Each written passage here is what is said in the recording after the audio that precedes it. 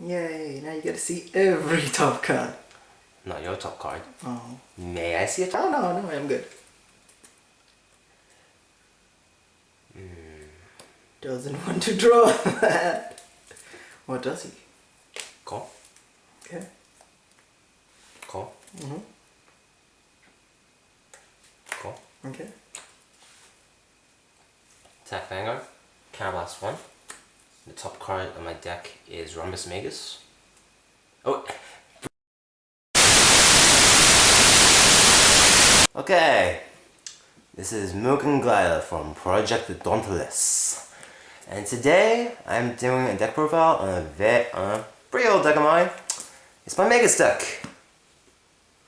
So yeah, recent times, thanks to set 5 Moonlit Dragon thing, Magus got a major update. Like, we're pretty much taking the whole, we're giving the deck completely new cards that just change the very origin of it. It was a big change. But yeah, so my deck got a few updates, and I thought I updated, so might as well go through how it runs. It wasn't pretty. When it was released, like, it wasn't that popular, and to be honest, it's kind of a dying archetype. But the news boost, pretty nice. So first things first, I run 4 Heaxagonal Magus. Heaxagonal Magus is the break ride of OTT. And for Magus, it was the original Magus card. I would say it's a decent break ride. So her skill is that when you ride over her at Lunar Break 4, you check the top 3 cards of your deck, and then you put one of those cards to your hand, and you arrange the other 2 any way you want on the top of your deck. Decent effect. Wasn't that great for OTT as a whole, but for the Magus archetype, you could use a Pentagonal Magus and get decent results. As right now, she's sometimes ride over and get a draw and decent stuff, but her role's kind of fallen into obscurity. But to be fair, a lot of the Magus Great Freeze aren't that great. I'm actually running Heaxagonal Magus because, to be honest, I don't want to put those triple rares to waste. And she was the reason why I built this deck, in a way. Like, good times. For my other Grade 3, I've changed, and now I'm running 4 Ring Magus. Like, in the past, you run, what was her name? Pentagonal Magus. So she gets a crit when you protect the red card. Decent. She got a reprint. But, yeah, Ring Magus, for a common Grade 3 and Moonlit Dragon thing, she's actually very versatile. Her ability is that, Vanguard Rearguard Circle, when this unit attacks a Vanguard, you can counterblast 1 and get the top card of your deck. If I'm correct, I can draw that card and gain plus 3k. So if you put a 7k booster behind her, bam, 21k column. If you want cards in hand, bam, she draws cards. She is a good Vanguard, she's a good Rearguard. She's actually really good during like the early game. When your opponent's like Grade 2 and you raise to Grade 3. I've actually had opponents who Grade stalled me, and I just chucked down a bunch of Ring Maguses and started drawing hands, because that's what she's good for. And she hits nice numbers.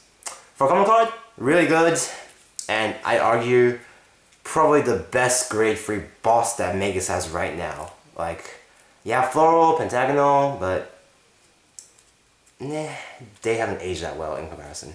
So I run 4 of her. So my Grade 3s is 8. For Grade 2s, I run 4 Stellar Magus. Probably one of the most enduring Magus cards to this day. Early game, you ride her and you can possibly get pluses out of her thanks to the new starter. Her effect is that when she attacks via either Vanguard or Rearguard Circle, you can counterblast 1, gets the top card. If you're right, you add to your hand. Nice. I get pluses. OTT likes pluses, and yeah, plussing is always nice. Or, if you get it wrong, you countercharge 1 of the flip damage. Again, you don't really lose anything by getting it wrong. So, ride her, make a dumb guess that's completely off, and you lose nothing. That's not the case anymore because of the new starter, which I'll get to later. But Stellar Magus, pretty good card. Good in the early game, decent in the late game, but like a lot of Maguses, reliance on certain cards to get those effects working consistently. She's Actually, to be fair, like OTT has Akira Itou, so you could run him, but this is a Magus deck, and I choose to go for mostly just Maguses. At 4 copies, we have the new card Rhombus Magus. Good card. So I'm actually a big fan of cards that gain power for fairly minimal conditions, like Gear Tiger Soul Blast 1 for plus 5k for your G unit, the new Nahalem plus 5k when you're grade 4 attacks. But I like this type of card effects. Rhombus Magus is one of the more iffy ones out there because, again, it's Magus, you have to get the top card right. So her ability is that when she attacks a... Oh, she has to attack a Vanguard? Yeah. When you attack a Vanguard, you get the top card of your deck, and if you're correct, she gets 5k power. Decent. 21k with a 16k column, if it's 7k behind her. Problems is simply the same as any other Magus card when you can't predict what the card's going to be. Also notable, she only works on the rearguard circle, so if you ride her, she's not going to be using her effect anytime. You'll see why, but the deck is pretty reliant on its grade 4 stride. Good card. The deck, same problem as most of the other deck. For my last grade 2, I run free Briolette Magus. Now, if I was running Magus back when it was first released, I would only run Briolette mostly for her art. Because back then, she only really worked with Stellar Magus for a +1 that did something random usually for her and draw, and Crescent Magus for a 9k boost, which is situational and only really works with Cone Magus, which was a 12k. So Briolette Magus' skill is that when she's on the rearguard circle, you can Soul Blast 1, and if I have an OTT Vanguard, which you can be using off OTT decks, I can draw a card and then put her on the top of the deck. So that way I know where the top card is going to be. Back then, there wasn't really much incentive outside like a few weird moves. Nowadays though, she's kind of like your early game safe bets. Like if you have Briolette and you have something like Stellar or Rhombus and you want their effects to go off, and you can't always rely on your grade 0 star to do that, you just drop down Briolette, draw a card, hope it's good, or be second bird, and then like you'll get top cards. You have Stellar Magus, draw Briolette, Rhombus Magus, get 5k, Ring Magus, power and draw. Decent. She's your early game. Late game, more of like an emergency situation. So Briolette Magus, she became better with the new Magus support in mind, but overall, still very much a fickle card to use. But to be fair, Magus grade 2s, not much to run. I mean, I guess I could run Silent Tom or Kuryo Kazuchi, but not really a fan of Silent Tom. Yeah, I said it. Not a fan of Silent Tom. I play a few OTT decks. Grade 1 lineup. 4 Tetra Magus. It's an old card.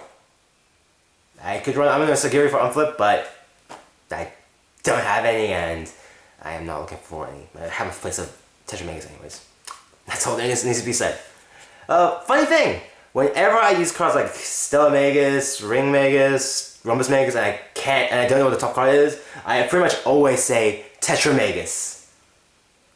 Because there's nothing better than getting Vanguard sometimes. For my other grade 1, I run 3 copies of Octagon Magus. A new card from Moonlight Dragonfang. Decent defense card. Honestly, I'm running her mostly because Magus' grade 1s are of varying quality now, especially because I took out Cone Magus, so Crescent Magus is kind of irrelevant now. Octagon Magus' skill is that when you guard with her, you get the top card of your deck, and if you're correct, and you get the card name right, she gains 10k shield. So she becomes 50k shield, which is very nice, especially after your stride turns. So, good shield, 7k booster. Overall, balanced dish card. Not amazing, but I say better than most of the Magus cards out there, and decent when it works. It has saved my life quite a few times. Next on our list is Cone Magus at 3 copies. Cone Magus is the countercharger of the deck if you get the top card right. So like, when you place it down, you declare the top card, and if you're correct, you countercharge 2. And that's good. Magus doesn't really use that much counterblast, to be honest. It doesn't use enough to get to that point. You could argue that this is actually really good with something like Takemikazuchi, because that way you can basically refund the cost immediately.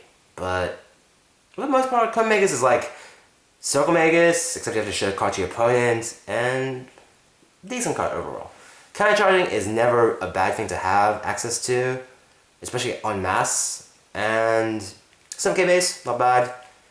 Magus is strength options anyways. I could run Rhombus Magus, but I don't want to run Rhombus Magus anymore. At 2 copies, I have Circle Magus. Overall, okay card. Vanguard, rear guard circle, you put it down, you check the top card, and you know where your top card is. Can work with cards like Psychic Bird or other Magus effects. Not flashy or anything, but fills all the basic bases, and overall, it's a decent card. Seems like a common word I'm saying. Magus has a lot of decent cards. It's kind of true. But a lot of them haven't really aged that well, honestly. For my last 2 spaces, I run 2 Divine Sword Ame-no-Murakumo. This is actually a recent change, because I originally did not want to put much generic OTT stuff into the Magus set, to be honest. Mostly I have an aesthetic reason, actually. But this deck is so stride reliant when it reaches grade 3 to activate its effects that, in a way, you kinda need to stride as often as you can. In fact, one person on the wiki made a very apt comment when he said, Magus deck is kind of just an alternate generation break deck. It's just skills locked behind a restriction. It's just a different restriction in this case. And in a way, striding is one way to break that restriction. So, Ame-no-Murakumo, important for this deck because you want to be Glow Magus as often as possible. You want to be that grade 4. It's a shame, but I'm running 2. You could run 4, and that's not a bad option either, but yeah, it's just funny seeing Ame-no-Murakumo in the deck now. So, moving on to the grade 0s, my starter is Semilunar Magus. So this card. Pretty ridiculous card in my opinion. As far as starters go, Semilunar Magus is in my opinion probably the best Magus card that's not Gold Magus that came out of this set. As a starter, from the very get-go. So basically Semilunar Magus, when she boosts a Vanguard, and if you have a Vanguard with Magus, you can declare top card. And then if you're correct, you then have the option of soul charging her. If you soul charge her, you draw 2 cards. What this basically means is that in the beginning of the game, Semilunar Magus lets you check top cards as freely as you want, as long as she's there. Which means you can fulfill effects like Stellar Magus and such very easily in the early game. But once you move to the late game, you can then soul charge her for 2 cards, and you gain one additional card. You minus with her soul charging, and yeah. Overall, very versatile effect, very important in the early game. I can't stress how much I like this card. I may even consider running more of her in the future. But yeah, for a base starter, makes your early game run so much more smoothly than in the past. In the past, what did Magus have to run? We had choices like Kaguya, Battle Sister Claire, Lulu, all varying in quality, honestly. Like, you run them because what else could you run? On the triggers, we run 4 Lozenge Magus, our heal trigger, Magus heal trigger, the first OTT heal trigger actually. So when she boosts a unit, that's OTT, she gives it plus 3k in addition to her base plus 3k, so that's 6k total, and she'll return to the deck at the end of the turn. Decent skill. I rarely use it unless emergency situations, I think. No, even then, I don't know when I really use it. I think I use it when I need a booster. But other than that, original heal trigger, Magus.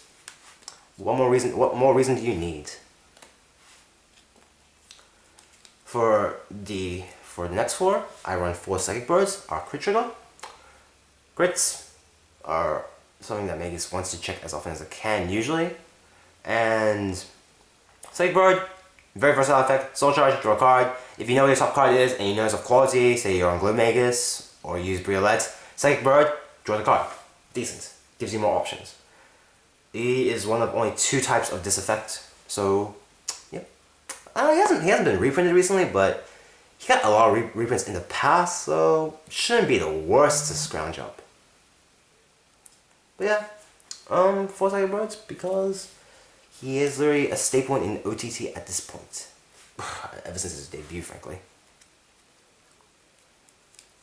For the next 4, we run 4 Paisley Magus. Decent crit again.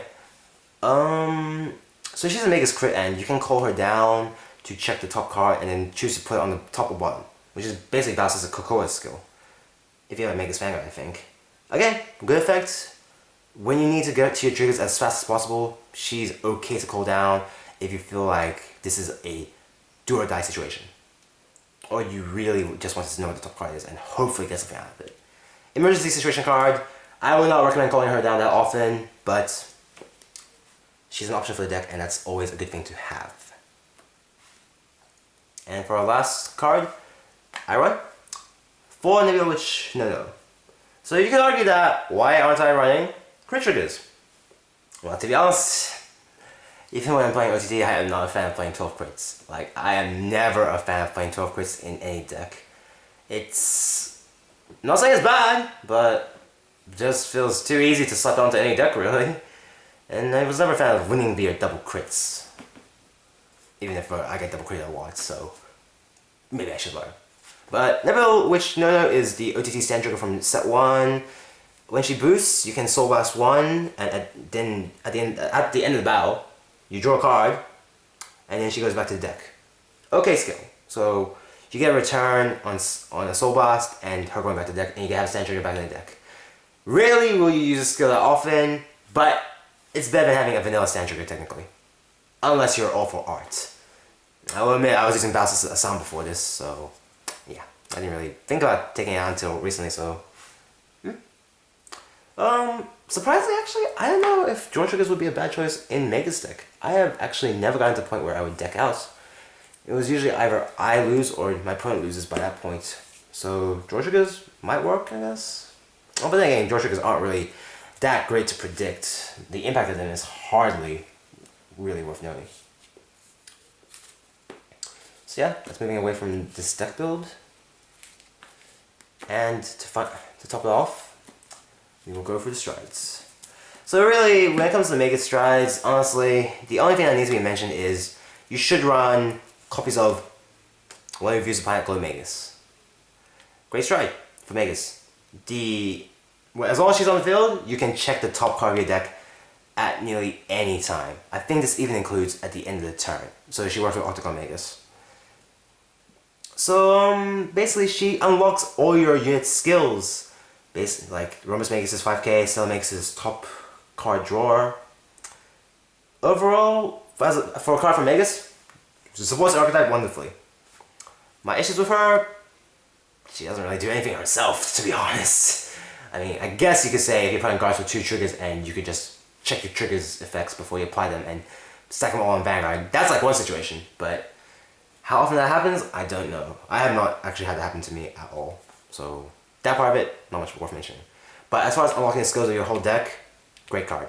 The deck kind of relies on Cone Magus now. So it's not the best form of support when you compare to other decks, but it's something.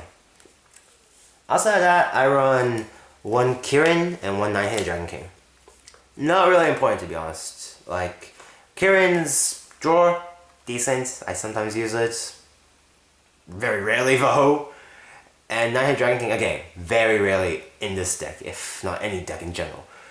I actually do not have any copies of Takemi Kazuchi, and I do think that with the Magus deck, running copies of Takemi Kazuchi is beneficial because of Magus' ability to check top cards at times and the new counter-charging cards, which make it an easier task.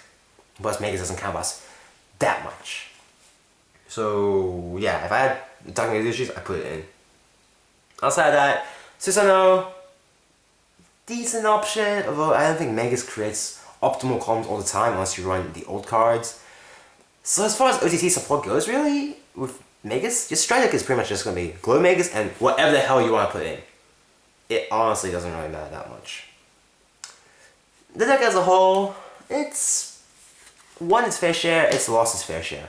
I had a lot of trouble against control decks with this deck, actually.